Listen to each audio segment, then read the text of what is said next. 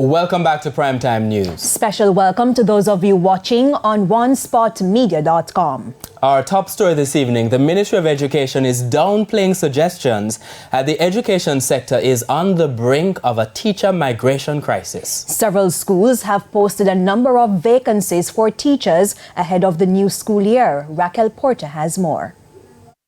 The 2023-2024 school year is days away from coming to a close. As stakeholders prepare for the next academic year, an old issue remains: teacher vacancies. In one recent advertisement, the Board of a Rural School listed vacancies for 23 teachers in specific subject areas, with mathematics and English leading the list. But the advertisement did not say if the positions were permanent or temporary.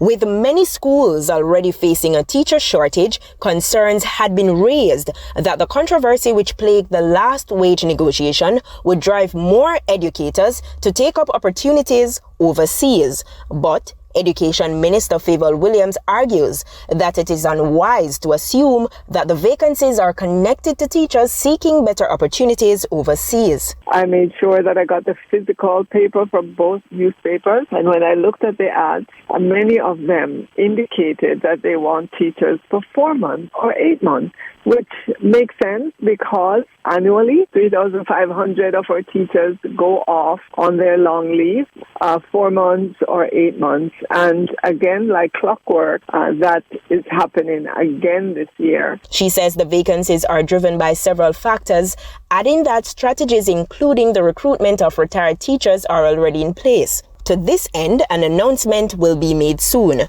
For those teachers who are on leave, for those teachers who've made a personal decision to leave, there are teachers who also transition from one school to another within the education sector. And there are teachers who may choose to go and work for one of the private schools. So the movement of teachers within the sector, outside of the sector, that movement is driven by many different factors. But again, having said that, our strategies that we used last year worked well. We will use those again, plus more. Raquel Porter, TVJ News.